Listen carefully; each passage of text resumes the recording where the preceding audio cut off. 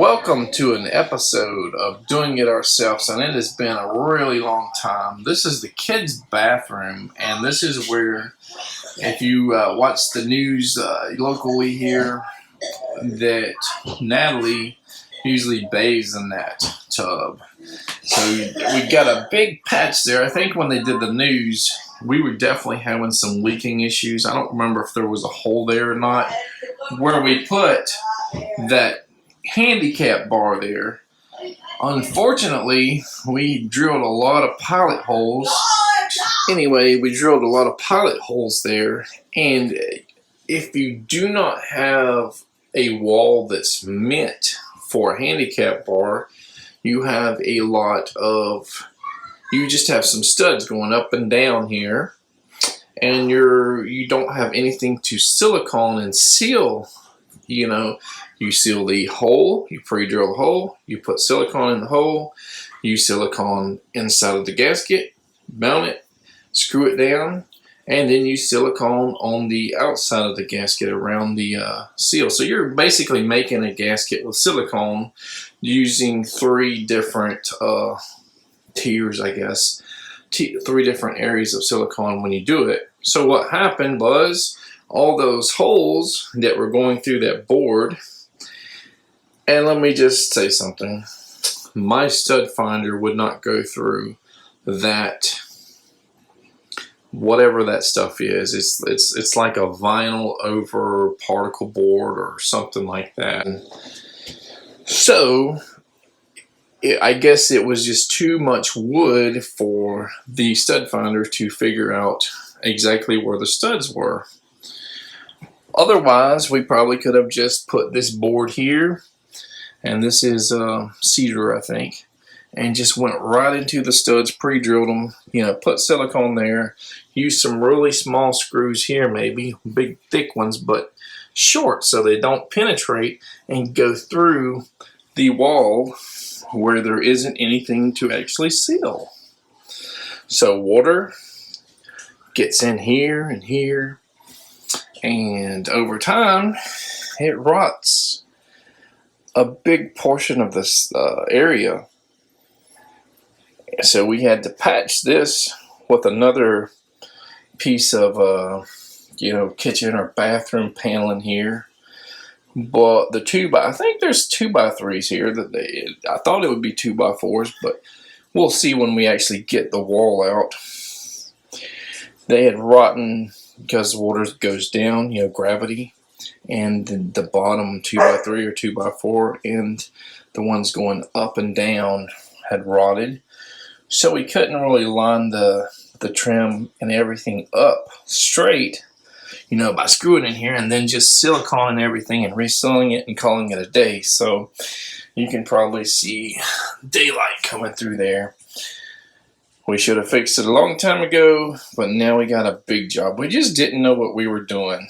It would have been such a smaller job just to rip the siding out and, just that 4x8 piece and put a series of like 2x10s, in this direction on the opposite side of that wall, and just screwed this handicap bar directly into that, directly through this and into it, sealed it up properly, and had it right. But now we pay the price by having to rebuild probably a lot more money and time, and hey, this is gonna be a nightmare.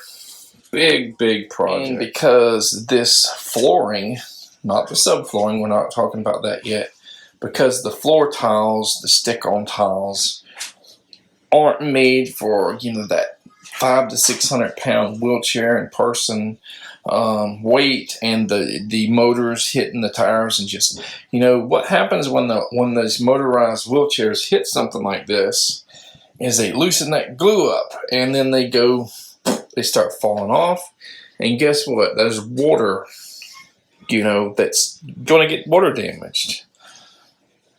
Adding to the everything is the kids bathed in here, and guess what they do? There's no overflow in this tub. They put it all the way to the top or just let the water come out, even though they're told almost pretty much every time they shower and bathe in here not to do that. And they take buckets and just shoot it out toward the walls. Shoot it out on the floor, and with no protection on this floor. So we're going to have to go back probably at least to this vent here and replace the subfloor, because right here, right where the waterproof area meets this wood, is starting to get weak. When we get it torn out, we may have to go further. We might have to go into the other rooms. Who really knows? So I think we're taking this handicap bar out because in an emergency situation, we could have Natalie go on that toilet. I can hold her up. That's just in her way. One thing we don't have here is a vanity. And our faucet from the handicap sink that we installed here quit working, a year or two back. So we're going to try to get a new vanity, topper, sink, faucet, whatever, all in one. However we can do it. Something that'll fit in this space. Plus we're getting a new toilet. We already have the toilet. We have the vinyl shower stuff here, in another place. It's already purchased. The toilet's already purchased. The flooring, although the subflooring is not purchased, we have new flooring, waterproof. Or again, make sure we have a watertight seal, because even the trim that was there just in her wheelchair over time has knocked into it, and I'm sure there's probably some rot right there too. So we're gonna big job. Also have a new faucet and shower system, Delta, I believe, that we've purchased. Excuse the dirt. I've been getting stuff cleaned up and cleaning things in here using mop buckets. Hopefully we'll have everything we need and we can do a big reveal when we're done. My suggestion, if you don't have somebody that's a professional that does like handicap bars and ceiling showers and tubs and stuff like that, would be at the first sign of problems, get it fixed. If you have to try to fix it yourself, get it fixed before the problem spreads. And if you have been keeping up on our doing it ourselves videos in the past, you know that we were fixing to start working on the kids' ceiling, their bedroom ceiling. And what was happening was our fairly new central AC unit was shooting cold air up, and there was like some drafts in just little pieces here and there on the ceiling, where we put that wood ceiling up, creating condensation from the two temperature mismatches. And our central AC actually went out, and we haven't really had the money to fix it or properly diagnose it or anything. We think of the blower motor probably went out. So we had a backup window unit, a big one. And as soon as we put window units in, that issue stopped. So it's less of a priority, but we are still going to hopefully soon work on that ceiling and fix it. We want minimal air leakage in this house. We want it to the electric bill to go down a little bit maybe. So we have started doing windows, insulated windows on probably a third of the house so far, maybe half. And running a window unit at the same size, like a 2-ton or whatever, versus a central AC cost, it seems like about the same, except the central AC puts heat and cool air in every room. Now the furthest rooms, you might have to adjust the vents in the closest areas to make the furthest areas push out more cold air or warm heat. But a window unit, ours has 2 directions. Some of them may have 1, so it shoots out in 2 directions. Same direction, opposite directions, or whatever.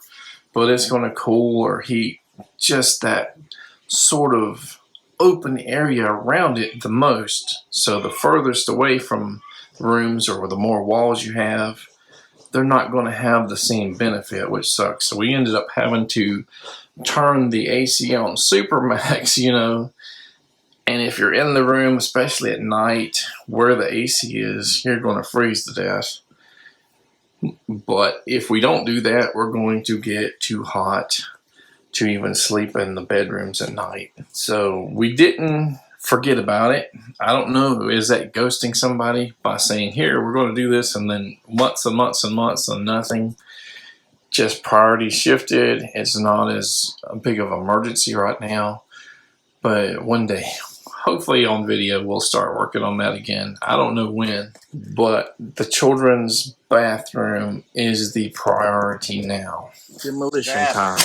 Okay, hold on, Charlie. Don't hit me. So we did a rough cut here, and just to see where we were, because I thought we kind of got past the rotted area, because even this one, this is good, this is good, this is good, this one's good, but this one here is a little rotted, so we're going to go up a little bit higher. That one there is pretty good, but we also need access above this, somewhere around here, to put some boards that go this way to hold our handicap handle grab bars. So it looks like that's probably our P-trap. See if I can shine a light and see anything back there. And I reciprocated saw this little area, but I was going to do here, but there's a metal plate there. So strangely, I found a coax from probably an old cable TV or satellite connection from probably 30 years ago. All right, we did another section here, so we should be in that range where we can put the support bars left to right, right to left. We got a 2x10. Hopefully this will do all of it. If not, I think I have an extra one. On this specific board, there's just a touch of rot here. I think I'm going to just, this here, this second half or so is probably sturdy enough. I really don't want to cut off all this just because it's just one piece. So I think I'm going to attach maybe a 2x3 to this side, or maybe both sides. And then we're going to put that 2x10 in between here, in between the other one, and see how I cut two pieces, like 12 inches. Doesn't have to be perfect. And I'm just going to put them up there like that somewhere. And I'm only going to put like 2 screws in each one just to hold it, because I may have to adjust it outward a little bit once we get it actually on the inside, get the inside wall taken out and make some adjustments. Right, first one down, 2x10 there, 2x3 here. Hopefully it's lining up on the inside. If we wanted to be really fancy, we probably could have notched this with a reciprocating saw out and had a spot there to put a 2x4 right in between those two and took it down, matching the old setup. And there's the second one. And the last one here, this front was bent, so it was measuring at 4 3/4. So I really needed 5 1/4 back there.